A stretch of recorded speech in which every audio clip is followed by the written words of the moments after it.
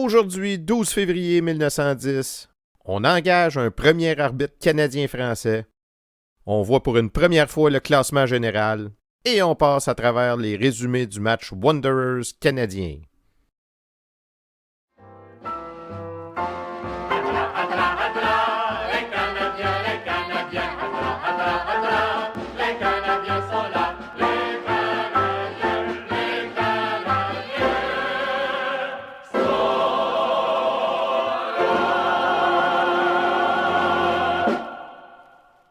Bonjour à toutes et à tous, bienvenue à la revue de presse du match du 12 février 1910, une présentation de Raconte-moi mes ancêtres.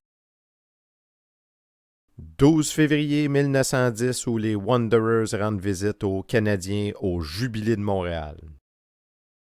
On se souvient que le 7 février 1910, le Haileybury rendait visite aux Canadiens. Après que les deux équipes marquèrent tour à tour, on vit la première période se terminer 4-3 à l'avantage du Canadien. En début de deuxième, Curry du Haileybury va égaliser la marque à 4, mais finalement le Canadien va débloquer et marquer 4 buts de suite. Cette victoire de 9-5 fut teintée de brutalité. 85 minutes de punition dans le match, qui constituait alors un record de la Ligue.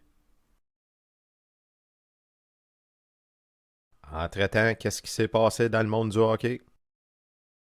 Dans le journal Le Canada du 9 février 1910, dans la section Sur la bande, le Canadien et le Wanderers se rencontreront samedi soir au Jubilé.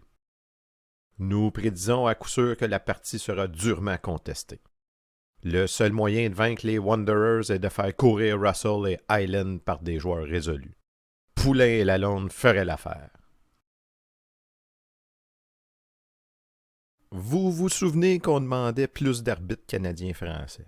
Eh bien, imaginez-vous que M. Charlie Gervais, que M. Emmett Quinn avait nommé pour arbitrer les séries Shamrock, Cobalt et Haileybury, s'est vu refuser par M. Desi Brown, qui devait l'accompagner comme assistant. M. Brown aurait prétendu, d'après M. Gervais, qu'il doutait des connaissances de l'arbitre canadien-français. Desi a certainement commis une bévue et s'est foudroyé de la belle façon en posant au super fin. Le lendemain 10 février, dans le Devoir, on apprend que M. Emmett Quinn a essayé de se racheter. Il n'y a pas à dire, nos Canadiens ont compris parfaitement qu'ils n'étaient pas traités comme ils le méritaient. Aussi ont-ils oublié d'assister en grand nombre à la partie Shamrock Wanderers à la Patinoire Arena hier soir. Monsieur Emmett Quinn commence à comprendre que ce n'est pas pour le plaisir de la chose que je lui demandais des arbitres canadiens-français. Pour réparer sa gaffe envers l'ami Charlie Gervais, il mettait sur la glace hier soir 2 Canadiens-français désignés par le Devoir, messieurs Lalonde et Jack Laviolette. Ces messieurs ont prouvé qu'ils étaient bien à leur place et dignes de figurer plus souvent dans ces positions officielles. Bon, petite parenthèse, dans le cas des arbitres canadiens-français, je ne sais pas s'il y en a qui vont venir au même constat que moi, mais si on fait une suite des événements, ce qui est arrivé, c'est qu'en premier lieu, il y a un journal qui a souligné le point qu'il n'y avait pas d'arbitre canadien-français, puis on demandait à rectifier la situation. Le lendemain, plusieurs journaux ont fait les mêmes demandes. Suite à ces pressions médiatiques, M. Quinn mandate un premier Canadien-français comme arbitre. Puis bon, vous connaissez la suite. Moi, je constate plusieurs choses là-dedans. Dans un premier temps, c'est pas pour être fin que M. Quinn a mandaté un premier Canadien-français. C'est à cause de la pression médiatique, qui a par conséquent amené une baisse d'assistance, donc de revenus. 2, je pense qu'on peut arriver à la conclusion que M.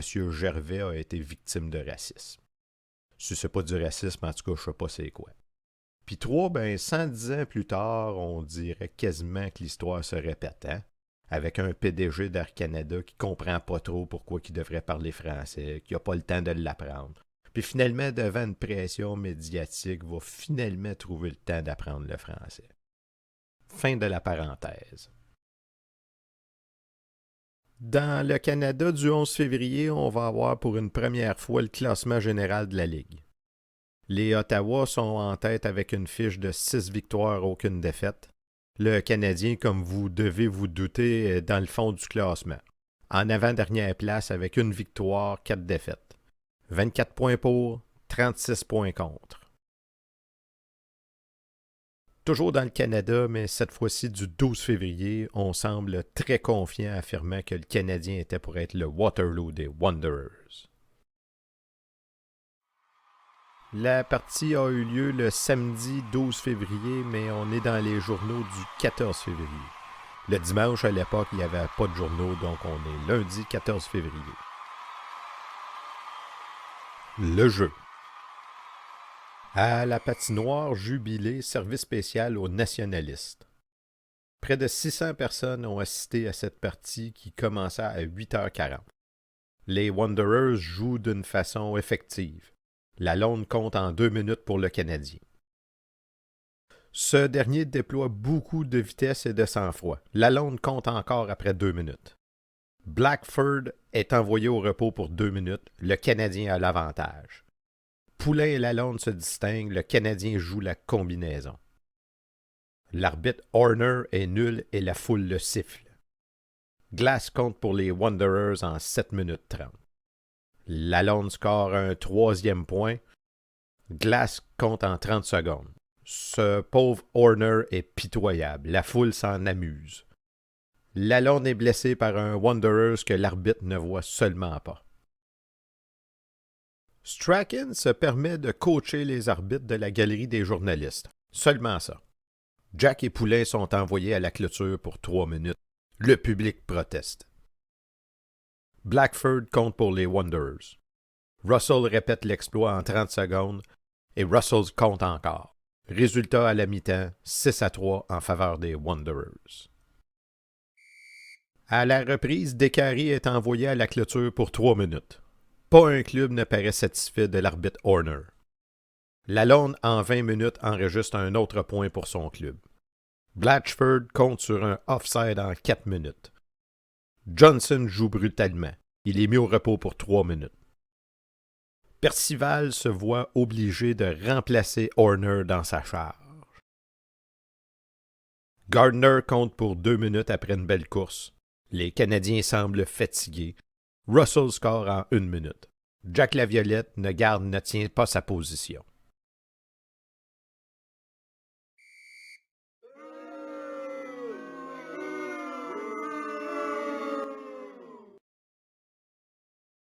Les Wanderers ont eu peur. Les Wanderers ont défait le Canadien samedi dernier. C'est là un résultat auquel plusieurs s'attendaient, mais qui aurait pu être tout autre si M. Horner eut plus de sang-froid pour surveiller les joueurs. Nous concluons à son incompétence, malgré l'honnêteté qu'il a apportée à rendre des décisions. Son travail fut surtout désastreux pour le Canadien dans la première période. Alors que le score était de 3-3 avec les Wanderers continuellement occupés à se défendre, il prit fantaisie à M. Horner d'envoyer Jack Laviolette et Poulain à la clôture pour des offenses que d'autres avaient commises. Les Wanderers ne tardèrent pas à tirer profit de l'absence de ces deux travailleurs et scorèrent 3 fois avant la fin de la période. Le jeu de la deuxième mi-temps fut moins rapide. Les deux clubs, fatigués par l'entrain qu'ils avaient déployé dans la première demi-heure, ralentirent leur allure et n'enthousiasmèrent pas autant le public. Le Canadien manqua à plusieurs reprises de belles chances de scorer en jouant trop à l'individualité. Eût-elle recouru aux tactiques de combinaison de la première période, notre équipe canadienne-française aurait eu des chances de vaincre les Wanderers et M. Horner. Le score final fut de 9-4. Nous ferons remarquer de nouveau que l'Association nationale de hockey manque absolument de direction. Son président est actuellement dans l'Ouest, son secrétaire est gravement malade à l'hôpital Victoria, et l'assistant secrétaire, M. Emmett Quinn, ne sait où donner de la tête pour trouver des arbitres. Nous admettons qu'il doit nommer de temps en temps des arbitres canadiens-français, mais la chose ne serait guère mise si notre équipe est en cause. Soyons justes. Les anicroches qui ont fait la gloire de l'Association nationale de hockey depuis le commencement de la saison doivent être imputés à tous les clubs qui en font partie. Ce sont les législateurs qu'il faut tenir responsables de tous les mécontentements et toutes les protestations formulées depuis quelque temps. Le jour où les magnats de nos sports professionnels canadiens auront compris que l'ordre est absolument nécessaire pour arriver au succès, ce jour-là, seulement, les journaux cesseront de critiquer, car nous verrons le règne de la justice, de la compétence et de la satisfaction générale. Pour revenir à la joute de samedi, disons qu'elle fut rude sans être très brutale. Messieurs les arbitres tolèrent trop de coups de coude et de tripping. Pitt, Lalonde et Poulain furent les joueurs les plus effectifs du Canadien. Le petit Russell, Johnson, le vieux Marshall et Cecil Blatchford, qui remplaçait Island, firent du travail très calculé pour les Wanderers.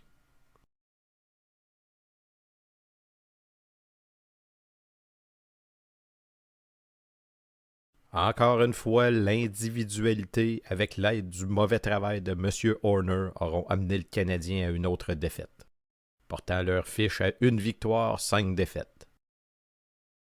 Est-ce que le Canadien saura retrouver le chemin de la victoire? C'est ce qu'on saura dans une prochaine vidéo où les puissants Renfrew de Fred Taylor et des frères Patrick rendront visite aux Canadiens le 15 février 1910.